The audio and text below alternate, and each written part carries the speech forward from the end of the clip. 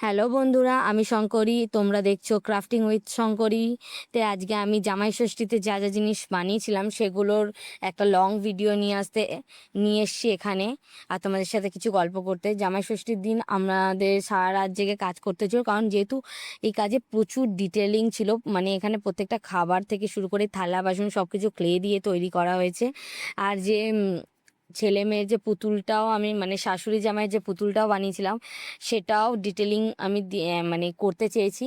আর এই যে প্রত্যেকটা খাবারে আমি মানে চেয়েছি যে যতটা আমি এক্স্যাক্টলি বানাতে পারি ততটাই আমি বানাই, আর সেই অনুযায়ী করেছি। সত্যি কথা বলতে এক এক সময় ফার্স্ট্রেটেড লাগছিল, এত খাবার, এত কিছু, এত সব দিকে আমাকে মানে মাথা লাগাতে হবে সেই জিনিস নিয়ে।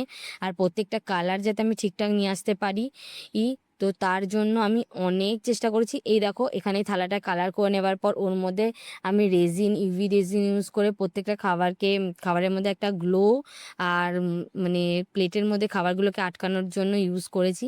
দিয়ে ওটাকে কিওর করে নিয়েছিলাম বেশ কিছুক্ষণ ইউভি লাইটে।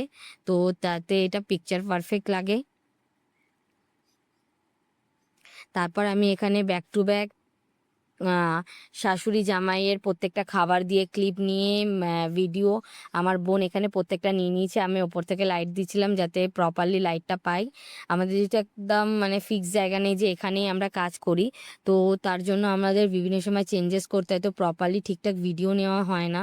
তার জন্যে কিন্তু আমরা খুব তাড়াতাড়ি চেষ্টা করছি যাতে তোমাদেরকে প্রপারলি ভালোভাবে ভিডিও দিতে পারি। আর লং ভিডিও তোমাদের কয়েকটা নিয়ে আসবো যাতে তোমাদের টিউটোরিয়াল বুঝতেও সুবিধা হয়, আর প্রত্যেকটা কাজ তোমরা ডিটেলসে চাইলে নিজেরাও বানাতে পারো।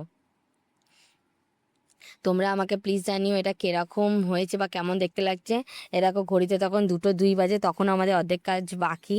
আবার এই পাখাটা নিয়ে বসেছিলাম, যে পাখাটা ডিজাইন করব। জামাই ষষ্ঠীতে দুটো জিনিস বানিয়েছিলাম, একটা হলো শাশুড়ি জামাই, আর তার সাথে বিভিন্ন ধরনের পদ। আর এই পাখাটাকে ডিজাইন করেছিলাম তালপাতার।